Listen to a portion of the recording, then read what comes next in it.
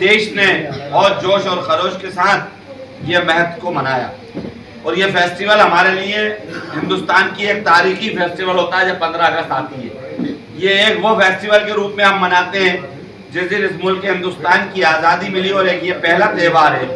बाकी त्यौहार समाजों धर्मों में इलाकाई इलाकों के हिसाब से मनते हैं, ये एक पहला त्यौहार है जिसको पूरा देश एक साथ मनाता है। लेकिन ऐसा वक्त पर देश के प्रधानमंत्री द्वारा जो लाल किले से भाषण दिया गया, वो लाल किला जो ना जाने कितने कुर्बानियों के बाद, कितने मजहबों धर्मों, कितने लोगों की जानों की कुर्बानी के बाद जिस लाल किले से शान से तिरंगा फहराया था, कल अफसोस हुआ। नरेंद्र मोदी जी संबोधन करते हैं और तमाम धर्मों के लोगों के मुजाहिद आज़ादी फ्रीडम फाइटर्स का नाम लेते हैं, लेकिन मुस्लिम फ्रीडम फाइटर का नाम नहीं लेते। एक भी मुस्लिम फ्रीडम फाइटर का नाम नहीं लेते। इसीलिए मैंने आज अपने पीछे संविधान जो बना और जो किताब में सारे फ्रीडम फाइटर थे उनका वो फोटो और कुछ मौलानाओं का यादगार के रूप में सिंबॉलिक मैंने ये फोटो लगाए अपने दोनों तरफ, उनको याद दिलाने के लिए कि मोदी जी आप भूल सकते हो, देश नहीं भूलेगा। मैंने आज एक उनको पत्र भी लिखा और मैंने उस पत्र में उनसे जिक्र करा कई किताबों का कि वो किताबें भी आप देख सकते हो। आप इतिहास की तरफ जाना पड़ेगा। क्यों नरेंद्र मोदी जी और भारतीय जनता पार्टी इतिहास के उन अच्छे लोगों का जिन्होंने देश के अंदर कुर्बानियां दी उसको दफनाना चाहते हैं, समझ नहीं जाना चाहता। महात्मा गांधी का साथ देने वाला एक फिरोज था, पहली बार राजद्रोह में लखनऊ बंद किया तो फिरोज ने कहा इस अखबार को मैं संभालूंगा, आप मत परेशान होना। मौलाना हसरत मोहानी और गंगाधर तिलक की दोस्ती को आप कैसे दफन कर दोगे? मौलाना हसरत मोहानी वो शख्स है जिसने गंगाधर तिलक पर भयंकर शायरी लिखी। इनकलाब जिंदाबाद का नारा मौलाना हसरत मोहानी ने दिया। सबसे अच्छे दोस्त सीमांत गांधी महात्मा गांधी के दोस्त थे, जिनको खान अब्दुल गफ्फार कहा जाता है। इसी तरह कर्नल निजामुद्दीन जो अपनी नौकरी छोड़कर उस टाइम विदेश में नौकरी कर रहा था, छोड़कर मुल्क हिंदुस्तान की आजादी का हिस्सा बने और नेताजी सुभाष चंद्र बोस का ड्राइवर और उनका साथी, उनका दोस्त बना।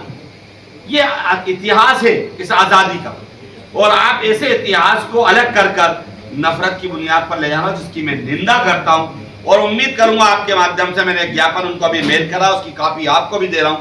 उम्मीद करूंगा कि प्रधानमंत्री जी इस पर संज्ञान लेंगे, पीएमओ संज्ञान लेगा और देश से इस बात के लिए माफी मांगेगा। हमारा काम आजादी के मतवालों जैसे ही है। जवाब मिलेगा, आज नहीं मिलेगा, कल मिलेगा, कल नहीं मिलेगा तो देश की जनता जवाब दे देगी। किताबें एनसीईआरटी की, इसमें कई जगह मैंने इसमें जिक्र करा, मैंने एनसीईआरटी के नहीं करा, मैंने तो उन पुराने राइटर्सों का जिक्र करा और मैंने कहा कि वहीं पास में एक जगह थी, आप चले जाते तो वहां लगा हुआ, लाल किले पे आप चले जाते बिठाते तो मिल जाता। मैंने ये ज्ञापन में आपको सब मिलेगा, कोर्ट करा हो। 15 अगस्त पर ध्वजारोहण की जगह पर बीजेपी के झंडे की वीडियो सोशल मीडिया पर देखने को मिली। जब देश के प्रधानमंत्री भूलवश या तासुब की बुनियाद पर, दोनों में जिस वजह से ये अमल कर सकते हैं तो उनकी पार्टी तो ये करेगी। इसीलिए मैंने आपको कहा कि खान अब्दुल गफ्फार खान, मौलाना बरकतुल्लाह भोपाली और गंगाधर तिलक की मौलाना बरकतुल्लाह भोपाली और महेंद्र प्रताप सिंह का तो जबरदस्त दोस्ताना था। पागल हो गए थे। मौलाना बरकतुल्लाह भोपाली ने आखिरी वक्त में अगर किसी को याद करा तो महेंद्र प्रताप सिंह को याद करा कि मुझे मेरे महेंद्र को लाके दो, मैं उससे बात करना चाहता हूँ। ये सुकून, ये दोस्ती, ये आजादी का जज्बा मिलजुल कर था। तो ये नफरत फैलाने वाले वक्त ही आए, आगे नहीं होंगे। मैं बहुत जल्द एक बड़ा प्रोग्राम भोपाल शहर में इन मौलानाओं की याद में मुनक्किद करूंगा ताकि शहर और देश और आवाम जान सके कि उन्होंने क्या कुर्बानियां दी। हम तो मौलानाओं को जब रख रहे हैं तो जो आना चाहे वो आए, जो ना आना चाहे ना आए। जल्दी कर दूंगा क्योंकि आज मैंने एक पत्र लिखा है। उम्मीद करूंगा कि 5-7 दिन में पीएमओ कोई प्रतिक्रिया करे। जैसे भाई ने कहा, मुझे भी उम्मीद है कि नफरत भरे माहौल में हमें उम्मीद नहीं है, लेकिन जब आजादी के मतवाले जब लड़ रहे थे और गोलियां खा रहे थे तो उनको भी उम्मीद थी कि आज नहीं तो कल देश आजाद होगा। मुझे भी ऐसी उम्मीद है कि आज नहीं तो मेरा ये चिराग कल तो जलेगा। सर, हर वार्ड के अंदर अभी आपके कार्यक्रम चल रहे थे उसको लेके, तो उसमें कुछ बच्चों का आपने दी है पुस्तकें? आप बार बार एक बात पर आना चाह रहा हूँ, पुस्तक पर, और मैं लोगों को जबान और जहन में याद कराने पे लगा हुआ हूँ। पुस्तक से ज्यादा मेरा मानना यह है कि पुस्तक तो आई, पुस्तकें तो मिटा दी गई हैं और मिटा दी जा रही हैं। उसी पुस्तकों को मिटाने पर तो 15 साल से आज़ादी की तहरीक में उलेमाओं के किरदार का प्रोग्राम चला रहा हूँ। लेकिन आज का मेरा मुद्दा सिर्फ प्रधानमंत्री जी का है, नरेंद्र मोदी जी का है। उस पर मुझे अफसोस है और इस बात के लिए बहुत निंदा करता हूँ कि आप इस हिंदुस्तान की तारीख को फरामोश नहीं कर सकते।